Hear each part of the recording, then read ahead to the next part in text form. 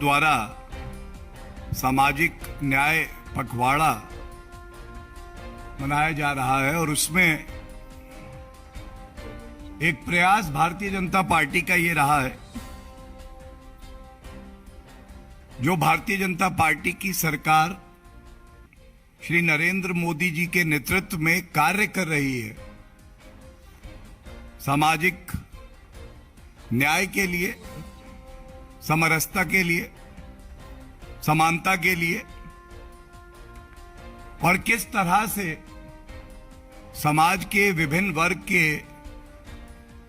जो हमारे भाई बहन हैं उनका सशक्तिकरण हो रहा है, वो मुख्य धारा से जुड़ रहे हैं, ये आप सबके समक्ष में रखा जाए।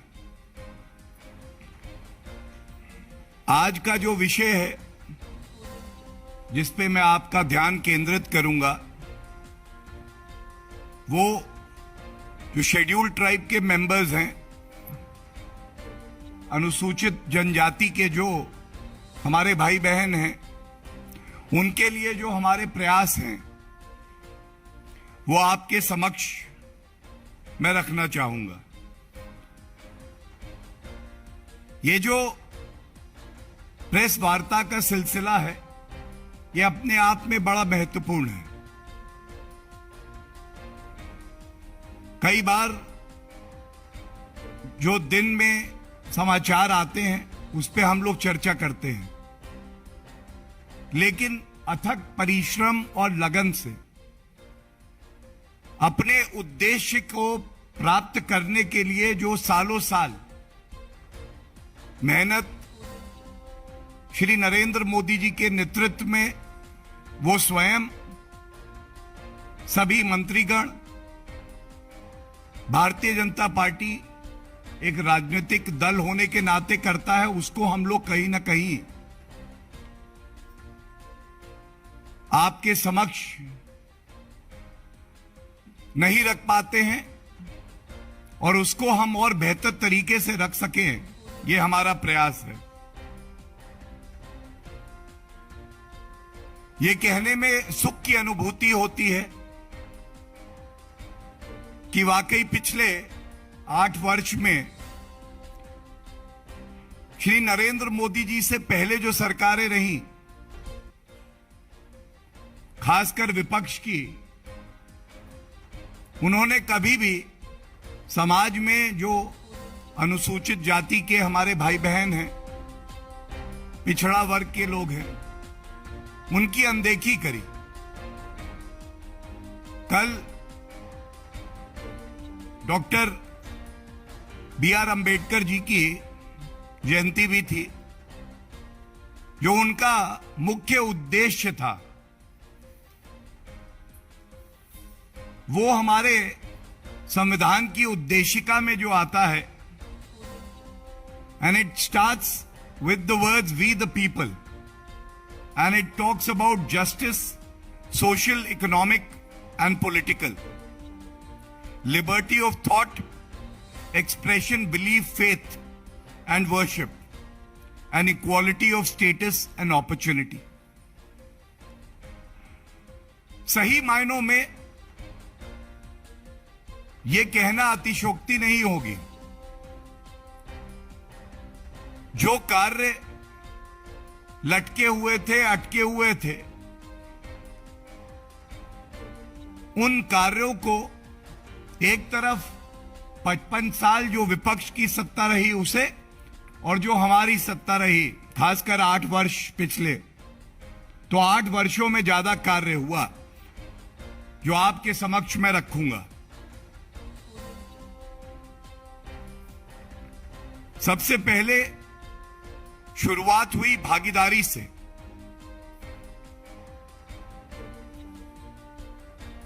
ये जो समानता का अधिकार है, जो उद्देश्य है, जो सम्मान की बात की गई,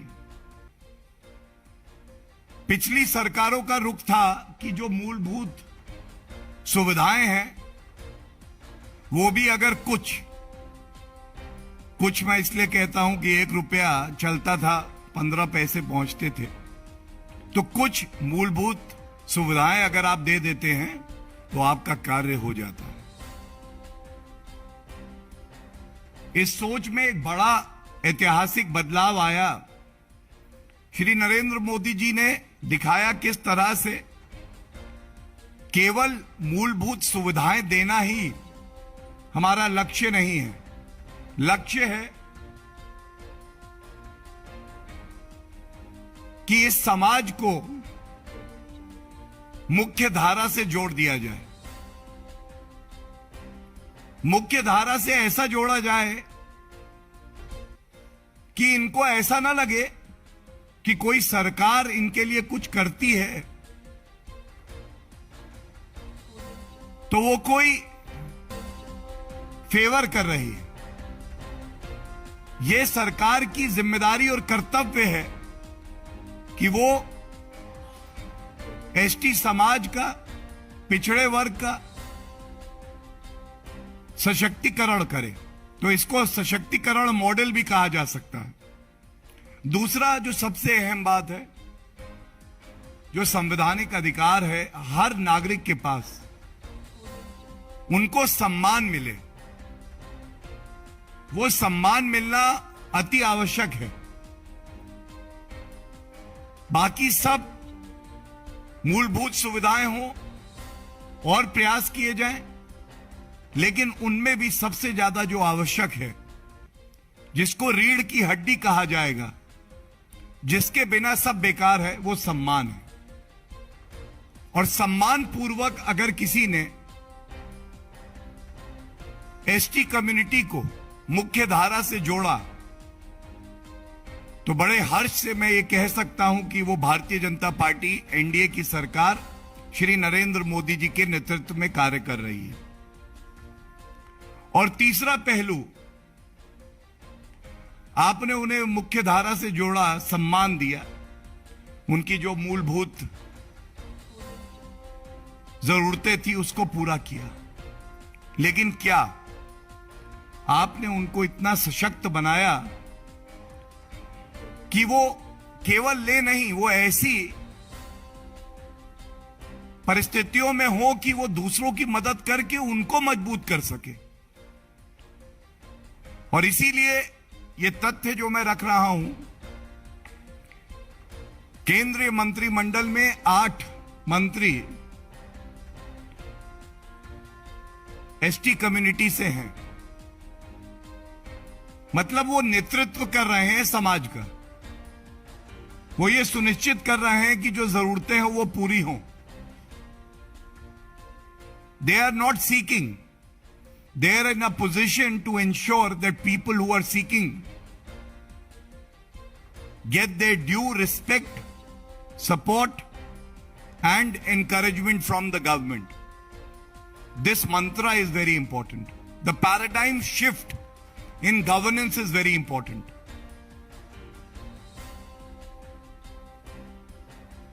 अब मैं आपके समक्ष पहले कुछ योजनाएं केंद्र सरकार की रखूंगा, जिन्होंने चाहे अनुसूचित जनजाति के सदस्य हों, चाहे दलित हों, पिछड़ा वर्ग के हों, चाहे महिलाएं हों, कैसे उनका जीवन परिवर्तित किया है बेहतरी के लिए। स्टैंड अप इंडिया, हमारे आदरणीय प्रधानमंत्री जी की दूरदर्शिता थी। उन्होंने स्टैंड अप इंडिया कहा और वाकई ये कहते हुए गर्व होता है कि अपनी टांगों पे सम्मानपूर्वक आज, चाहे वो एसटी कम्युनिटी हो, चाहे एससी कम्युनिटी हो, चाहे महिलाएं हों, उनको ऋण की योजना की पहल करी और वो बहुत सफल रही। उसके बाद शिक्षा के अवसर एसटी एससी कम्युनिटी के हमारे जो बच्चे हैं, भारतीय जनता पार्टी में जब श्री नरेंद्र मोदी जी प्रधानमंत्री बने, पहले बजट में ही 1100 करोड़ का प्रावधान किया गया। 2021 में ये 1100 करोड़ से बढ़ के 6000 करोड़ हो गया। in the truest sense, the children from the ST and SC community, from job seekers, have been able to become job creators themselves. Their qualities that had to be nurtured and channelized have been channelized through this scheme. The overall budget presented in the year 2022 for the ST community itself was 2.26%.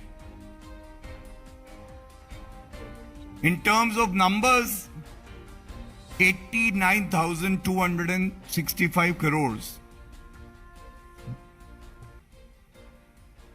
ये अनुसूचित जनजाति का जो वर्ग है, जो हमारी सोच है, विचारधारा है, संविधान ने जो हमें जिम्मेदारी दी है, उसका पालन करने के लिए यह बजट में प्रावधान किया गया। यह अपने आप में ऐतिहासिक है।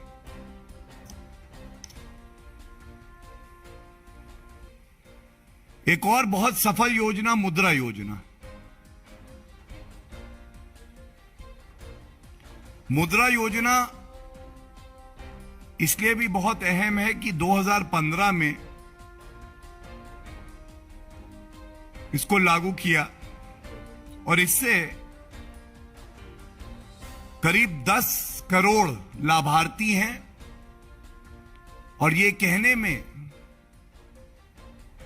मुझे खुशी है कि 50% जो ऋण खाते हैं वो अनुसूचित जनजाति, दलित, ओबीसी समाज के जो हमारे भाई बहन हैं उनके लिए, तो उनके जीवन में ये बदलाव का माध्यम बने, रोजगार का ये माध्यम बने।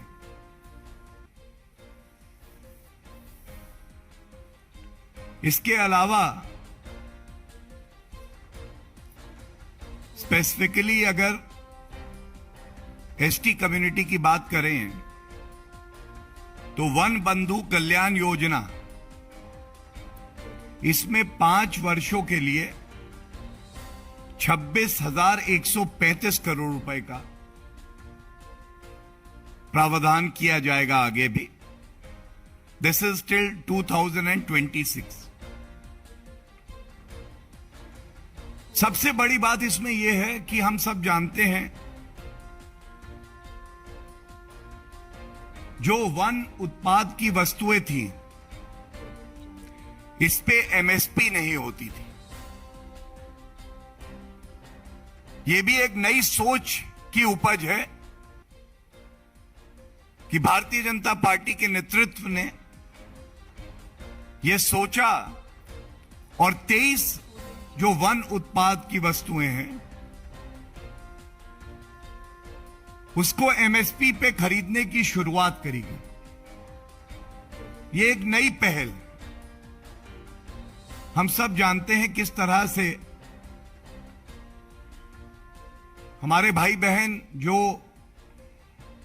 अनुसूचित जनजाति से आते हैं वो वन में ही रहते हैं और जो वन से निकली वस्तुएं हैं उस पे वो बहुत निर्भर भी करते हैं। इसलिए ये एमएसपी देना वन उत्पाद की वस्तुओं को बहुत ही महत्वपूर्ण एक फैसला था। ये जो अगला बिंदु मैं रख रहा हूं आपके समक्ष, ये भी एक ऐसी पहल है जो दर्शाता है कि आदरणीय प्रधानमंत्री श्री नरेंद्र मोदी जी शिक्षा को कितना महत्व देते हैं। एकलव्य मॉडल स्कूल, इस पे खासकर जोर दिया गया और इस योजना के तहत 452 नए विद्यालय बनाए जाएंगे, 211 का नवीनीकरण होगा अगले 5 साल में, और 15 सेंटर्स बनाए जाएंगे, सेंटर्स ऑफ एक्सीलेंस, उत्कृष्ट केंद्र, जहां पे इस समाज के जो विद्यार्थी हैं वो केवल शिक्षा प्राप्त करें ये नहीं, वो हर क्षेत्र में उत्कृष्ट हों। They lead from the front, they excel in the field. 452 new and 211 which would be modernized, and 15 centers of excellence. This is for the next 5 years, and the cost that will be incurred on this very ambitious, far-sighted project would be 28,920 crores. This again reaffirms the commitment that the Bharatiya Janata Party displays towards the ST community. इसके अलावा जनजातीय विकास mission में इस वर्ष करीब 500 करोड़ रुपए खर्च किए जाएंगे। आत्मनिर्भर भारत अभियान की ट्राइफेड योजना में 5 साल में 1612 करोड़ रुपए।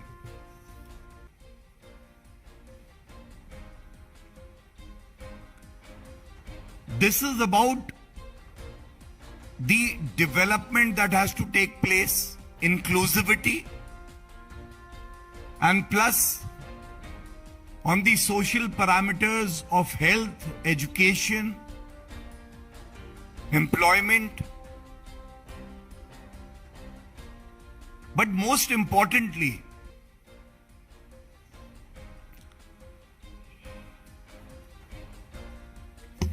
ये भी देखा गया जो हमारे आदिवासी भाई बंधु हैं, वर्ग है, उनका एक बहुत बड़ा बलिदान आजादी की लड़ाई में भी रहा है।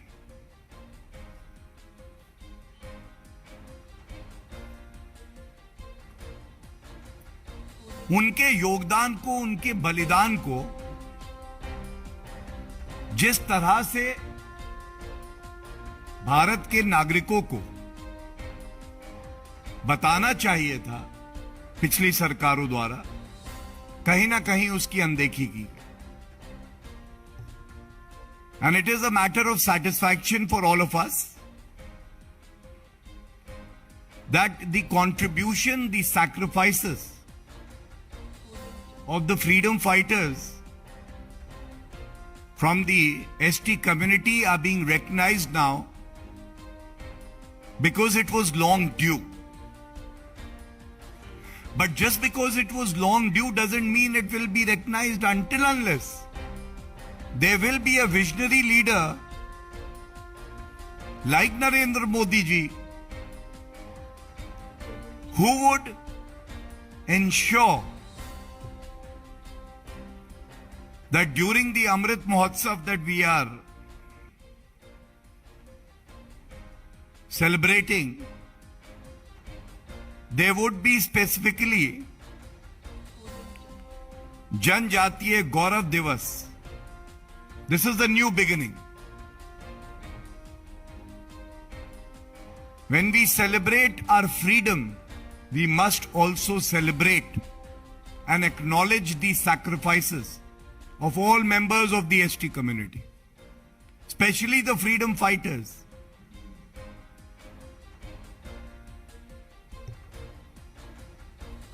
India is considered to be a melting pot, an ocean of cultural richness, and we cannot afford to ignore the immense sacrifices that have been made by the members of the ST community. Keeping that in mind, एक और बड़ा अहम फैसला लिया गया.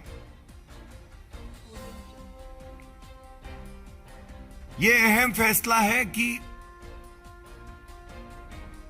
हर साल अब 15 नवंबर को भगवान बिरसा मुंडा जी की जयंती मनाई जाएगी.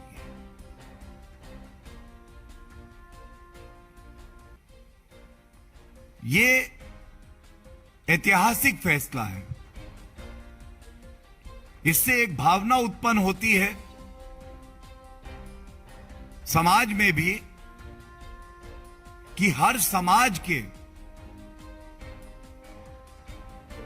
जो पूजनीय भगवान हैं, जो व्यक्ति विशेष हैं जिन्होंने एक बड़ा योगदान दिया है भारत को आगे बढ़ाने में, आजाद कराने में, उनके प्रति सरकार भी पूरी तरह से समर्पित है और उनका आदर करती है.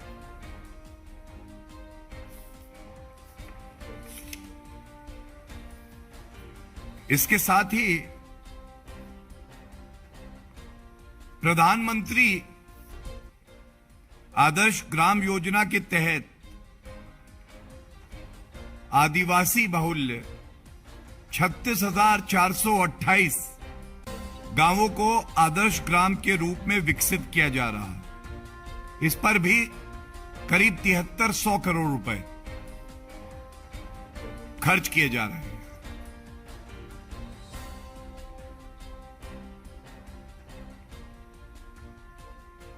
इसके अलावा श्री नरेंद्र मोदी जी ने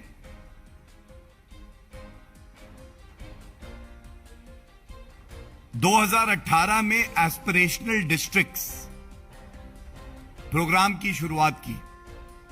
पूरे देश में 117 जिले बतौर एस्पिरेशनल डिस्ट्रिक्ट चुने गए.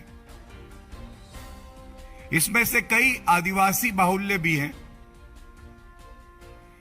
और इस स्कीम के तहत health and nutrition, education, agriculture and water resources, financial inclusion and heavy development और बेसिक इंफ्रास्ट्रक्चर आदि पर ध्यान देकर लोगों के जीवन स्तर को बेहतर बनाया जाए, यह सुनिश्चित किया जा रहा है.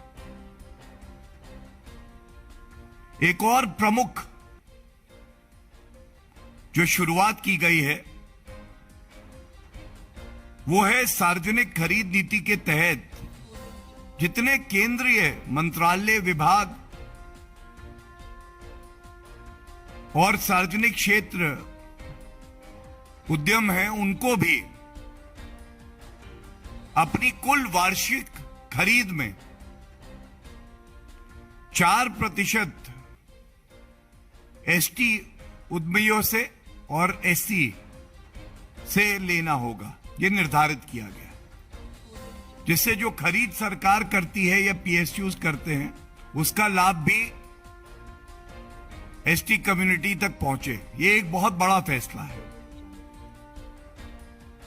इसके अलावा अभी जब आदरणीय प्रधानमंत्री जी ने परीक्षा पर चर्चा करी, उसमें एकलव्य मॉडल आवासीय स्कूलों के 75,000 से अधिक छात्रों और लगभग 350 शिक्षकों से बातचीत हुई और उन्होंने भाग लिया. This goes a very long way to establish a direct connect with the Honorable Prime Minister. Today, a student from any community, and particularly so because I'm speaking on the issue of the development of the ST community, they can directly connect with the Prime Minister of the country. They can share their problems, their views, their vision. The future Prime Minister is interacting with the current Prime Minister of the country. That is the power of real democracy. वो बच्चा जो प्रधानमंत्री जी से सवाल पूछ रहा है, वो अपने आंखों में एक सपना देखता है कि आगे चल के मुझे भी देश की सेवा करनी। वो प्रधानमंत्री जी में आदर्श तो ढूंढता है, लेकिन वो ये भी देखता है कि प्रधानमंत्री जी पिता तुल्य हैं, मेरे मन में कोई सवाल है तो वो उसका उत्तर देंगे, मेरी कोई कठिनाई है तो उसको दूर करने का बीड़ा भी किसी ने उठाया है तो वो प्रधानमंत्री जी और सरकार ने उठाया है। ये एक बहुत बड़ा संदेश है, ये बदलाव है जो सरकार लाई है। इसके बाद मैं अंत करूंगा यही कह के कि और भी कई ऐसे बड़े प्रयास हैं जो करे गए हैं सरकार द्वारा, और हमारी ये कोशिश रहेगी कि ये सारी योजनाएं, सारे प्रयास ये आपके साथ बांटे जाएं। जो मुख्य बिंदु थे मैंने आपके समक्ष रखे, और अंत इसी बात को कह के करूंगा। हमारे प्रधानमंत्री जी ने जब मूल मंत्र दिया, सबका साथ सबका विकास, सबका विश्वास सबका प्रयास, वो केवल शब्दों तक नहीं रहा, उसको जमीन पर किस तरह से उतारा है। हर समाज के जो हमारे भाई बहन हैं उनके सपनों को कैसे पूरा किया जाए, उस रास्ते पे भारत बड़ी मजबूती से अग्रसर है। और हमें विश्वास है the best of India will be seen in the coming years. India is leading from the front and will become a beacon of light, inspiration for the entire globe. Thank you. अगर इस विषय पे कोई सवाल हो तो मैं चाहूंगा मेरे साथी बंधु जिन्होंने बड़े ध्यान से, धैर्य से मुझे सुना, वो पूछ सकते हैं।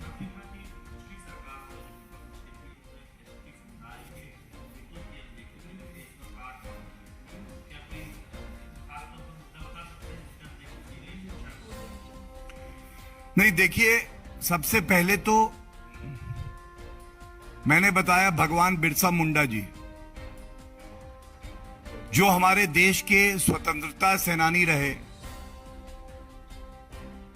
कम से कम हमने नहीं सुना जिस तरह से इस सरकार ने जो उन्होंने किया हमारे लिए, उसको पूरे भारतवासियों के सामने रखा हो। उनके योगदान की अनदेखी अपने आप में एक पाप है, कुकर्म है। दूसरी बात, ये जो सारी बातें मैंने आपको बताई, मैंने आपको बताया किस तरह से आज बजट जो है करीब 90,000 करोड़ रुपए है।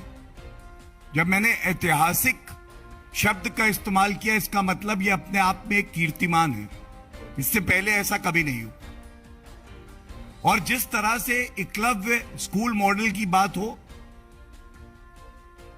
या एमएसपी देना हो जो वन के उत्पाद होते हैं, ये एक नई सोच, नई शैली है। और ये सब तब हो रहा है कि जो उनका है उनके लिए समर्पित है, इसमें भ्रष्टाचार नहीं है।